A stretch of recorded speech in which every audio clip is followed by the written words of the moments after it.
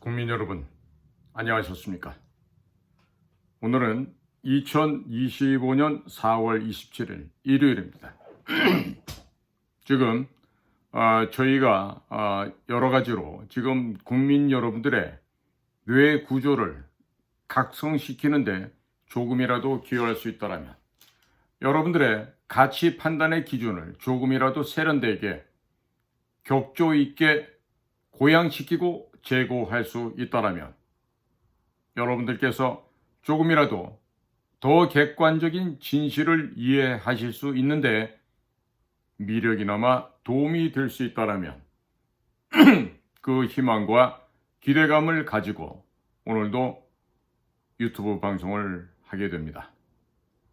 자, 지금 저는 예를 들어서 일반 공중파 채널 혹은 종편 채널 혹은 일반 신문사 지면을 통해서 나오는 신문들과 비교했을 때 저희 방송이 그들과 다른 점이 하나 있습니다. 절대로 북의 국제 테러 범죄 집단의 괴수인 지금 돼지 한 마리가 있죠. 그 돼지 한 마리에 대해서 절대로 정식의 직책이나 지위를 언급하지 않습니다. 왜? 북이란 체제는 불법 국가라고 참칭을 해서 있는 범죄 집단입니다. 테러 집단입니다. 인권이 말살된 사교, 왕조, 독재 세습 체제입니다. 때문에 그들에 대해서 결단코 정상적인 국가로 대접하는 일은 없어야 합니다.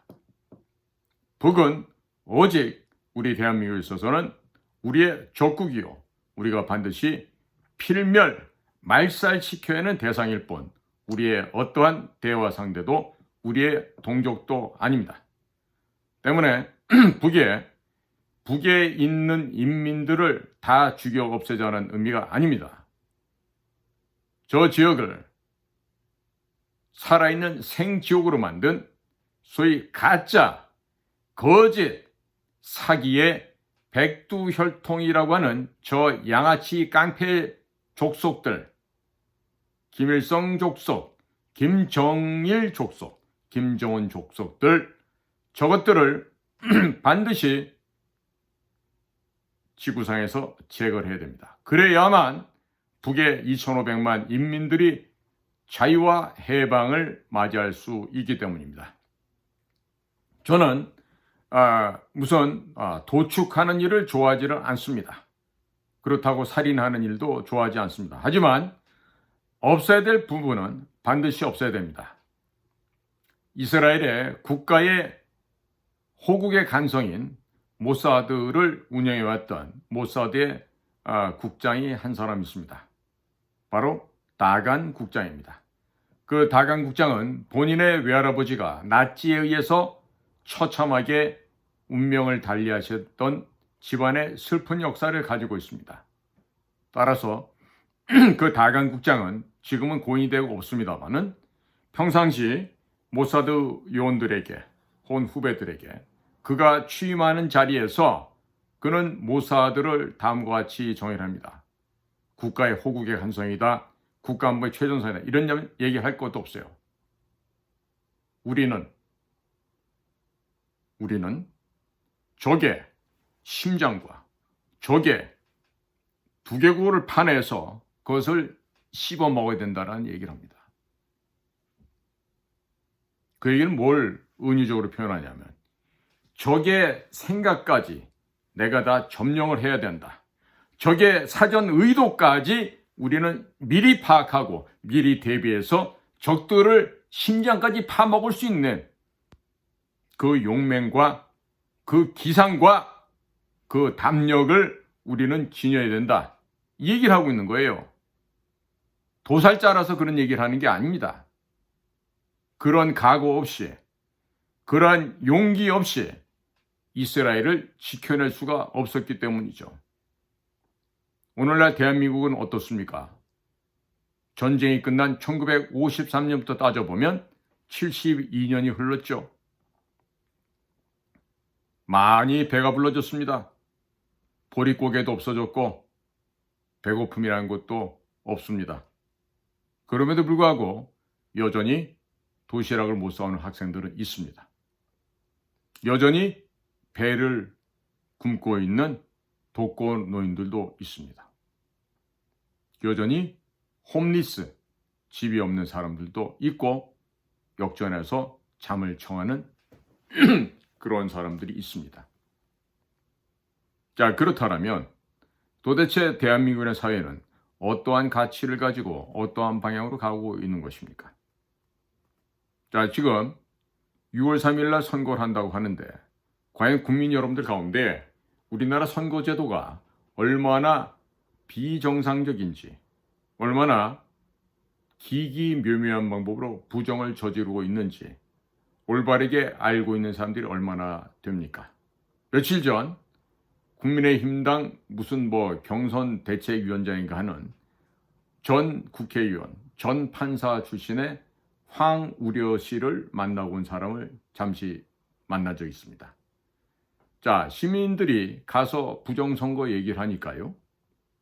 그 황우여 씨가 대답하는 게 검토를 해보겠습니다 라는 답변을 했대요.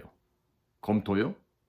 지금 이 상황에 대통령이 부정선거를 국민들께 호소를 하고 거짓 세력들에 의해서 부당하고 불법으로 탄핵이 되어서 지금 파면이 된 상황에 여당의 중진위원을 해왔고 지금 중요한 역할을 해야 되는 그런 자리에 있는 사람이 부정선거에 대해서 검토해보겠다. 완벽하게 파악하고 달달달달 외우고 있어도 부족할 판에 그런 나태한 생각, 게으른 생각, 열심으로 최선을 다하지 않는 그런 자들이 과연 무슨 선거를 하겠습니까? 무슨 국민을 위한 정치를 할 수 있겠습니까? 제가 다시금 얘기하는데 이 판사, 검사, 변호사, 특히 서울대학교 중심으로 이루어져 있는 이 법조 부정부패 카르텔은요, 없어져야 될 조직들입니다. 없어져야 돼요. 더 이상의 무슨 검사, 판사 이따위 것들이 직업으로 존재하지 않아야 된다고 생각합니다. 걔네들 필요 없죠. AI 넣어서 판례 끄집어내고 기소할 건지 말 것인지 AI한테 물어보고 하면은 다 답변해 줄 거란 말이에요. 자, 이제 그런 판사, 검사가 왜 필요합니까? 없어져야 되는 거 아니겠습니까? 그리고 그 자들이 나와서 정치를 한다. 이것보다 더 웃긴 코미디가 어디가 있겠습니까? 자, 그래서 오늘은요, 서론이 좀 길어졌습니다만, 부정선거, 이 부정선거를 통해서 이 민주당이라는 아이들이 집권하면 생기는 일에 대해서 설명을 드리겠습니다. 자, 수많은 비리와 불법, 탈법으로 점철된 이재명이가 건재하고 있는 까닭은 전혀 다른 곳에 그 요인이 있다 하겠습니다. 일반적으로 민주당 충성도에 달려 있는 것이 아니냐 이런 생각을 하시겠지만 이것은 세상 이치를 모르는 오판이라는 것입니다. 이재명의 뒤에는 경기동부연합이라고 하는 주사파 세력들이 있고 그 경기동부연합 주사파 뒤에는 북한 괴뢰 국제범죄 집단이 있으며 보다 큰 세력으로는 북한 괴뢰와 다른 목적을 품고 있는 중국 공산당의 힘이 그 뒷배경으로 작동하고 있다는 사실이죠. 이재명의 지지율은 30% 중반에 불과합니다. 거의 고정되어 있는 수준입니다. 아무리 형수님 박인복 여사에 대한 욕설 녹음 파일이 넘쳐나도 여전히 이재명이를 지지한다는 세력들은 30%는 일단 고정적이다라고 봐야 하겠습니다. 대장동 백현동에서부터 대북 송금 사건까지 범죄가 이렇게 많고 다양함에도 불구하고 여전히 30% 중반대의 지지율을 고수하고 있는 것입니다. 이에 흔들리지 않는 지지율 배경에 순수한 민주당 지지 세력만 존재한다는 것은 업을 성설이라 하겠습니다. 불가사의한 이 현상 뒤에는 포기하지 않는, 포기하지 못하는 북한 괴뢰들의 적화 통일 전략이 숨어 있고 중국 공산당의 한반도 속국화 전략이 진행되고 있습니다. 따라서 북한과 중국 공산당이 있는 한 민주당과 이재명의 지지율은 흔들릴래야 흔들릴 수가 없는 것입니다. 그러나 지지율 45%가 되지 못하면 대통령이 되고자 하는 꿈은 반드시 접어야 합니다. 따라서 이재명은 지지율을 10% 더 올리기에 당력을 집중하게 될 것입니다. 무슨 수를 써서라도 10%를 극복하여 정권을 잡으려고 하겠죠. 그러나 이와 같은 기대, 이와 같은 희망, 이와 같은 바람은 그냥 희망사항으로 끝날 가능성이 오히려 높다고 하겠습니다. 탄핵 사태를 겪으면서 격분한 대한민국의 국민들, 특히 이재명과 민주당의 비리와 부정에 분노한 2030 세대들이 급속하게 늘어나고 있기 때문입니다. 여기에 10대들도 2030 세대들에게 합세하는 것으로 나타나고 있습니다. 그리하여 민주당은 이 국민적인 현상을 막기 위해서 아주 고전적이고도 치졸한 방법을 동원하고 있습니다. 지난날 윤석열 대통령 탄핵 막바지에 치솟는 지지율을 막기 위해서 여론조사 업체를 협박하여 여론조사를 발표하지 못하게 막았던 것입니다. 문 닫게 만든다는 협박이 있었다고 전해지고 있습니다. 이와 같은 방법, 즉 여론 조작이 다시 등장하고 있는 것입니다. 그리고 현재 여론조사 업체는 이재명에 대한 지지율을 50% 이상이라고 거짓으로 발표를 하고 있습니다. 민주당이 여론조사 지지율을 협박, 조작하는 이유는 다음과 같은 목적이 있기 때문입니다. 첫째로 지지 세력 이탈을 막고, 둘째로 이재명이 당선이 불가항력적인 현상이라는 것을 밝혀서 국민의힘당의 전의를, 즉 싸우고자 하는 의지를 꺾어버리는 것이고, 세 번째로는 이 지지율에 맞춰서 선거 부정을 합법적으로 저지르고자 하는 음흉한 계략이 거기 숨어 있다 하겠습니다. 평소 지지율이 그렇고 그런데 더 이상 할 말이 있겠냐라는 이런 전략이죠. 거짓말로 이 숫자를 조작하는 것입니다. 그동안 김대중으로부터 시작된 이 거짓말과 가짜의 대한민국 현대 정치사는 결국 삼중 스파했던 김대중이가 미국과 일본, 북한 사이를 오고 가면서 그들에게 정보를 팔아먹고 그러면서 대통령까지 해먹는 이와 같은 암담한 현대사가 있음으로 해서 대한민국이 본격적으로 허물어지기 시작했다고 평가되고 있습니다. 자, 지금 그리하여 이재명의 지지율이 협박과 공갈로 이루어진 거짓말고 또 사기였음을 그들 민주당 자체가 절대로 모르지 않습니다. 모를 이유도 까닭도 없습니다. 너무나 잘합니다. 따라서 이재명과 민주당은 부정선거에 희망을 걸 수밖에 없습니다. 실제로 이미 등장했던 배춧잎 파란 투표지와 형상기억 투표지, 그리고 공병호 박사라든지 박주연 변호사라든지 또 여러 박성현 교수님이라든지 여러 통계학자들께서 제시한 선거 조작 값에 의한 도무지 이해가 될 수 없는, 이해가 불가한 득표 현황은 부정선거가 광범위하게 이루어졌음을 입증해주고 있다 하겠습니다. 자, 그런데 이와 같은 부정선거가 틀림없이 다시 재현될 것임을 우리는 이미 알고 있는 것이죠. 선관위원회 또한 이 증거들을 모르고 있겠습니까? 그들이 획책한 범죄 행각인데 모를 리가 없지요. 따라서 이번에도 선거관리위원회는 만사를 제쳐두고 극력 부정하는 행위를 할 것이고, 또 극력 부정하는 이런 범죄자 심리에 완전히 물화일체가 되어서 또 거짓말을 할 것으로 예상됩니다. 만일 당당하다면 아주 작은 의혹이 있다 하더라도 적극적으로 조사에 나서야 하는 것이 당연한 이치죠. 그러나 선관위원회는 실존하고 있는 실제하는 증거들을 묻고 감추고 숨기고 변명하는 일에 일관해 왔었습니다. 즉 이들은요 도적놈들의 집단이라는 겁니다.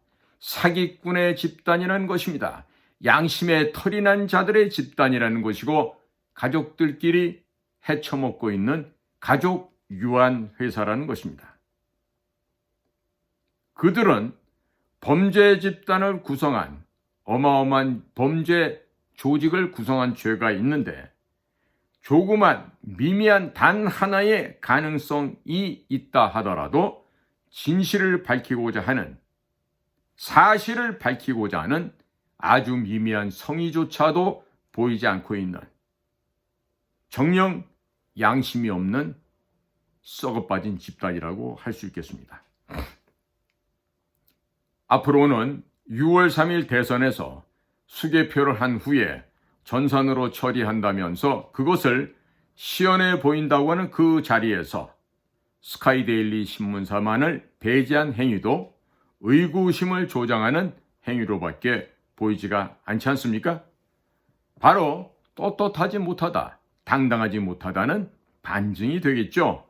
적어도 국민의 혈세로, 국민의 세금으로 운영하는 국가기관이라고 한다면 국민 앞에 건방지게 나를 세울 것이 아니라 솔직하고 겸손해야 되는 거 아니겠습니까? 즉 부정선거 의혹을 밝히는데 누구보다도 조사에 앞장서고 솔선수범해야 하는데도 불구하고 선관위원회는 정반대의 교만한 범죄인들의 아주 버릇없는 모습을 지금 보여주고 있는 것입니다.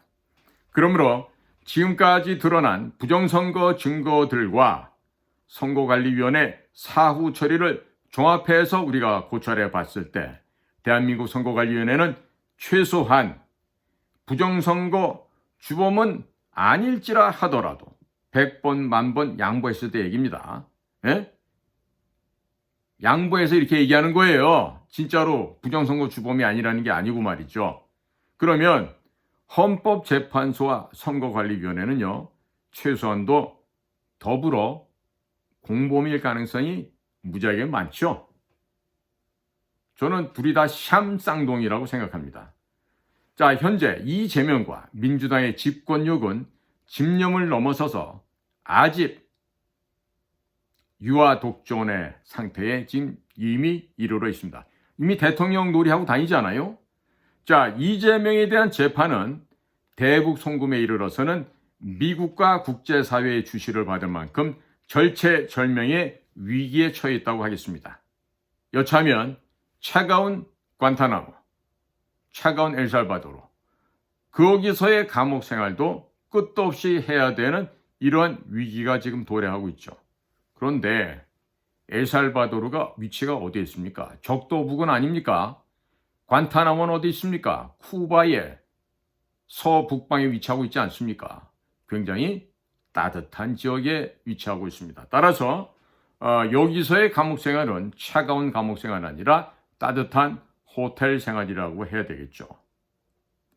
자, 그런데 이처럼 무도한 자들에 의해서 주도되고 있는 논리도 없는 막무가내 현상이 지금 선거판을 휩쓸고 뒤덮고 있죠.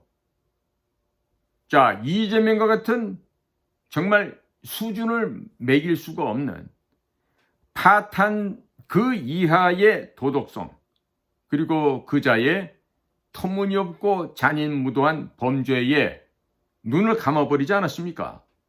다시 말해서 이재명이가 도둑놈이든 살인자 강도이든 폐륜아이든 상관없다는 식의 막무가내는 누군가 지배하는 세력, 지배하는 자의 지휘, 지시, 명령이 있지 않고서야 어찌 이런 일이 벌어질 수가 있겠습니까? 이 흔들리지 않고 견고한 이 고정 지지율은 민주당의 힘만으로 가능하겠습니까? 당연히 불가능한 수준이 아니겠습니까? 그렇기 때문에 더욱더 우리는 의심을 할 수밖에 없는 겁니다. 어떻게 이런 현상이 일어날까? 자, 이 이재명에 대한 이 고정적인 지지율, 지속적인 힘과 에너지를 공급해주는 주체가 누구겠습니까? 바로 북괴, 북한 공산당, 북한 괴뢰 집단과 중국 공산당이라는 것은 의심의 여지가 없겠습니다. 합리적인 의심이라 하겠습니다. 자, 제가 모시고 왔던 북한의 최고위급 인사가 있죠. 바로 황장엽 국제비서였습니다. 이 황장엽 선생께서 살아생전에 말씀하셨던 5만 명의 난파 간첩을 기억하고 있죠. 그리고 강철 서신을 작성했던 서울법대 출신의 김영환이 말했던 이석기를 비롯한 30만 명의 주사파, 그리고 1956년 제3대 대통령 선거에서 좌파 조봉암을 지지했던 200만 남노당의 후예들, 이들이 합세한 것이 현재 오늘날 대한민국 민주당과 이재명 지지의 30%의 실체가 된다고 하겠습니다. 이 글을 쓰신 분은 전라도에 있는 깨어있는 선각자, 지식인 정재학 선생이신데, 저도 사실 황장엽 선생을 처음 만났던 사람 중에 하나입니다. 그분이 쓴 글을 본부에다 보고했던 것도 저였는데, 제가 황 선생님과 직접 나누었을 때 난파 간첩 규모는 5만 명이 훨씬 더 된다는 사실입니다. 즉, 단자리 수가 아니라 두 자리 숫자였다는 점을 말씀드립니다. 자, 여기까지는 북한과 관련이 있다고 하겠습니다. 자, 그런데 문제는 여기에 더해서 중국 공산당이 여기에 개입하고 관여하고 있다는 것이죠. 이미 주지하다시피 댓글 하나당 5원, 5위엔을 받는 이런 우마오당이 있죠. 그리고 여기 우리나라 땅에 와 있는 중국 유학생들, 조선족들이 있죠. 또 중국 본토 내에는 이 5전짜리를 받아먹고 있는 우마오당들이 있죠. 자, 그리고 무엇보다도 부정선거가 가능한 사전투표, 그 사전투표는 하지 말아야 됨에도 불구하고 계속해서 이틀이나 하고, 그 사전투표 함을 이용한 갖가지 부정이 이루어지고 있죠. 그러니 그 사전투표라는 것과 그 사전투표에 대한 관리, 그리고 중국산 화웨이 기기 장비를 사용하고 있는 전산 장비의 조작, 부정, 불법 행위들, 그리고 조선족을 포함한 100만 혹은 150만의 중국인들, 이 모든 것들이 중국 공산당의 손에 의해서 이면에서 이루어지고 있다는 점, 과연 국민 여러분들은 얼마나 알고 계시는지요? 그리하여 부족한 지지율 10%를 메꾸고 채우기 위한 중국이 주도하고 있는 부정선거는 반드시 자행된다는 것이 우리 깨어있는 시민들의 생각인 것이죠. 목적을 달성하기 위해서 끝까지 포기하지 않고 수단과 방법을 가리지 않는 것이 바로 공산당의 진면목입니다. 그들은 최근 서해상에 10여 개의 암초와 같은 해상 구조물들을 이미 설치하였습니다. 영토 침략의 실증적인 사례이자 현실이 되고, 또한 미래에도 언제든지 벌어질 일들입니다. 이렇듯이 중국판 부정선거도 언제든지 일어날 사건입니다. 그리고 현실적인 문제이고 미래에도 계속 발생할 수 있는 문제라 하겠습니다. 따라서 부정선거는 동북공정, 다시 표현해서 중국이 목적하고 있는 대한민국을 속방화, 속국화하는 일환이 되겠습니다. 한반도를 속국화하는 데 있어서, 한반도를 속방화하는 데 있어서 중국 공산당은 그들의 말을 잘 듣는 중국 공산당의 개가 필요합니다. 멍멍짓는 이런 개가 필요한 것입니다. 자, 여기에 바로 더불어민주당이 중국 공산당에게 선택이 되어버린 것입니다. 이로 인해서 우리가 한 번도 겪어보지 못한 세계를, 그런 나라를 문재인 시대에 열었습니다. 그리고 이제는 이런 개들의 집단에 이재명이가 선택된 것이죠.